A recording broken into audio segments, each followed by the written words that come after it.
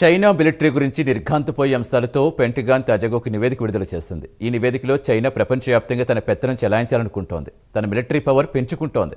మిలిటరీని ఆధునీకరణ చేస్తోంది. అంతర్గతంగా అవినీతి పెచ్చరిల్లిపోకుండా ఎక్కడ తగ్గకుండా మిలిటరీని బలోపేతం చేసుకుంటూ పోతోంది. రష్యాతో చేతులు కలిపి ఉక్రెయిన్ యుద్ధంలో సాయం అందిస్తోందని నివేదికలో పేర్కొంది. ప్రత్యేక కథనంలో నివేదికపై ఒక లుక్ వేద్దాం.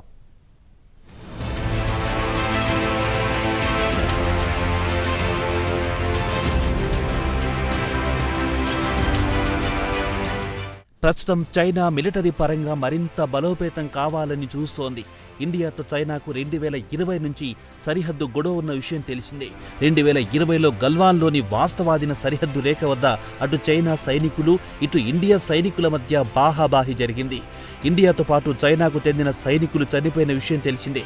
అటు తర్వాత ఇరు దేశాల మధ్య పలు దఫాలుగా చర్చలు జరిగాయి. అయినా లడఖ్ నుంచి అరుణాచల్ ప్రదేశ్ వరకు చైనా 1,20,000 మంది సైనికులను మోహరించిందని పెంటగాన్ బుధవారం నాడు ఒక నివేదికలో వెల్లడించింది.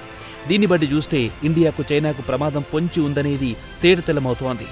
అదే సమయంలో చైనా అత్యాధునిక ఆయుధాలను సమీకరించుకుంటోంది. అలాగే అణ్వాయుధాలతో పాటు నేవీ పవర్ను బలోపేతం చేసుకుంటుందని పెంటగాన్ నివేదికలో వివరించింది.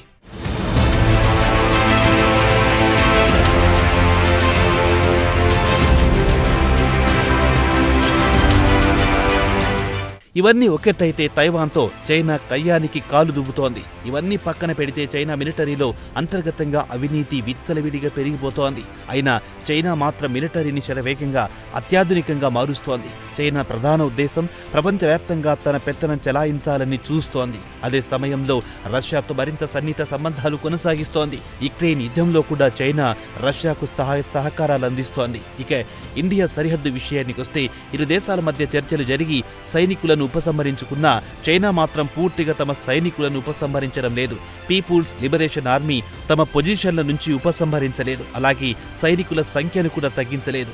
2020లో ఇటు ఇండియా చైనాల మధ్య బాహాబాహి జరిగిన తర్వాత నుంచి చైనా తన సైనికులను అక్కడి నుంచి ఉపసంహరించడం లేదు కదా, అక్కడే పెద్ద ఎత్తున నిర్మాణాలు చేపడుతోంది. ఎల్ఏసీకు సైనికులను శరవేగంగా చేర్చడానికి పలు బ్రిడ్జిలను కూడా కడుతోందని పెంటగాన్ నివేదికలో పేర్కొంది.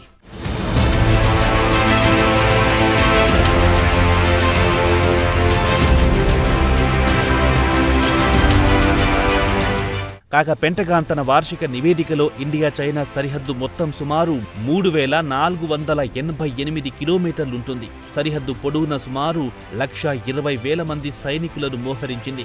ఈ సైనికులు లడఖ్ నుంచి అరుణాచల్ ప్రదేశ్ వరకు మోహరించి ఉన్నారు. కేవలం సైనికులే కాకుండా పెద్ద ఎత్తున ఆయుధాలను కూడా అక్కడికి తరలించింది. ఇక ఆయుధాల విషయానికి వస్తే ట్యాంకులు, కోవిడ్ జెట్స్, సర్ఫేస్ టు ఎయిర్ మిసైల్స్తో పాటు ఇతర అడ్వాన్స్ మిలిటరీ ఎక్విప్మెంట్లను భారత్ సరిహద్దుకు మోహరించింది. ఇవన్నీ పక్కన పెడితే సుమారు 20 కంటే ఎక్కువ సైనిక బ్రిగేడ్లను ఎల్ఏసీకి పశ్చిమ మధ్య తూర్పు సెక్టార్ల వైపు మోహరించింది.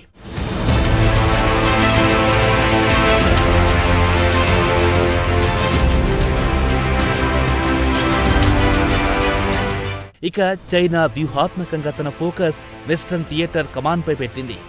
చైనా వెస్టర్న్ కమాండ్ గురించి పెంటగాన్ ప్రస్తావిస్తూ చైనాకు చెందిన వెస్టర్న్ థియేటర్ కమాండ్ ఇండియా సరిహద్దులపై దృష్టి పెడుతుంటుంది. సరిహద్దులో భద్రతకు అతిగా ప్రాధాన్యం ఇస్తుంటుంది. ఇటీవల సంవత్సరాల్లో ఇండియాకు చైనాకు మధ్య సరిహద్దు డిమార్కేషన్పై వివాదాలు తలెత్తాయి. దీంతో పాటు పలుమార్లు ఇరు దేశాల సైనికుల మధ్య ఘర్షణలు కూడా జరిగాయి. చైనా బలవంతంగా అక్కడ మిలిటరీ ఇన్ఫ్రాస్ట్రక్చర్ కూడా చేపట్టింది. అయితే చైనాకు చెందిన కంబైన్డ్ ఆర్మీ బ్రిగేడ్ తిరిగి తమ బేస్కు రావాల్సి వచ్చింది. అయినా ఇప్పటికీ చాలా మంది సరిహద్దు వద్దే ఉన్నారు. మొత్తానికి చూస్తే చైనా సరిహద్దు వద్ద పెద్ద సంఖ్యలో మిలిటరీ బలగాలను పెంచుతోందని పెంటగాన్ నివేదికలో పేర్కొంది.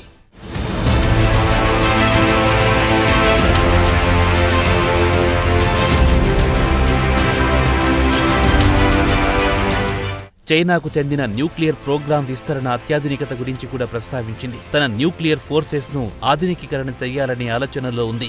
ఈ ఏడాది జూన్ నాటికి చూస్తే చైనా వద్ద సుమారు 600 ఆపరేషనల్ న్యూక్లియర్ వార్ హెడ్స్ ఉన్నాయని తెలిపింది. 2030 నాటికి చూస్తే ఇవి 1000 వరకు దాటిపోయే అవకాశాలున్నాయి. ఇక చైనా న్యూక్లియర్ ఆయుధాల విషయానికి వస్తే ఈల్డ్ ప్రిసిషన్ స్ట్రైక్ మిసైల్స్ నుంచి multi megaton inter continental ballistic missiles వరకు చైనా వద్ద ఉన్నాయి. చైనా పీపుల్స్ లిబరేషన్ ఆర్మీ విషయానికి వస్తే ప్రధానంగా మల్టీ మెగాటన్ అణ్వాయుధాలపై ఫోకస్ పెడుతోందని పెంటగాన్ నివేదికలో వివరించింది.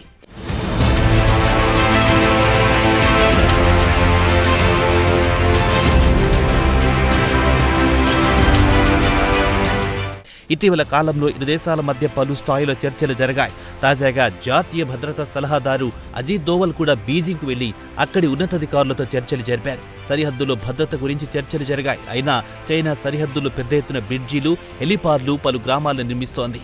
ఈ బ్రిడ్జిల నిర్మాణం వల్ల భారత సరిహద్దుకు చేరారంటే సుమారు 100 కిలోమీటర్లు తగ్గుతుందని వాదన కూడా వినిపిస్తోంది. శరవేగంగా భారత సరిహద్దుకు ఆయుధాలు తరలించడానికి పెద్ద ఎత్తున నిర్మాణాలు చేపడుతోందన్న వాదన వినిపిస్తోంది. అయితే ఇండియా కూడా వెంటనే అప్రమత్తమైంది. అయితే చైనాతో పోల్చుకుంటే ఇండియా అంత జోరుగా నిర్మాణ పనులను చేపట్టడం లేదనే చెప్పాలి.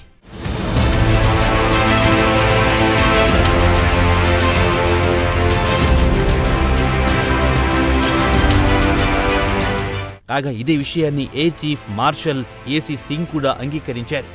ఇండియాతో పోల్చుకుంటే సరిహద్దుల్లో అంటే చైనాలో నిర్మాణాలు శరవేగంగా జరుగుతున్నాయని అంగీకరించారు. లడాఖ్లో గతంలో తాము ఎక్కడున్నామో ఇప్పుడు అక్కడే ఉన్నాం.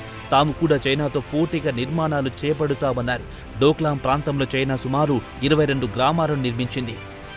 సిలిగురికి సమీపంలో చికెన్ నెక్ ప్రాంతంలో చైనా పెద్ద సంఖ్యలో నిర్మాణాలు చేపడుతోంది. చైనా ప్రధాన ఉద్దేశం ఒక్కటే, పెద్ద ఎత్తున నిర్మాణాలు చేపట్టాలి. అదే సమయంలో ఇండియాను మాత్రం నిర్మాణాలు చేపట్టకుండా నిలువరించడం. 2020లో గల్వాన్ వద్ద ఇండియా నిర్మాణం చేపడుతోందని చైనా దాడులకు దిగింది. ఇండియా కూడా సరిహద్దు కోసం పెద్ద మొత్తంలో బడ్జెట్లో కేటాయింపులు చేసింది. అయినా సరిహద్దుల్లో మరింత అప్రమత్తత అవసరం.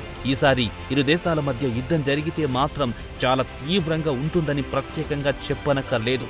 ఇరు దేశాలు సంయమనం పాటిస్తే మంచిది. Let's hope for good.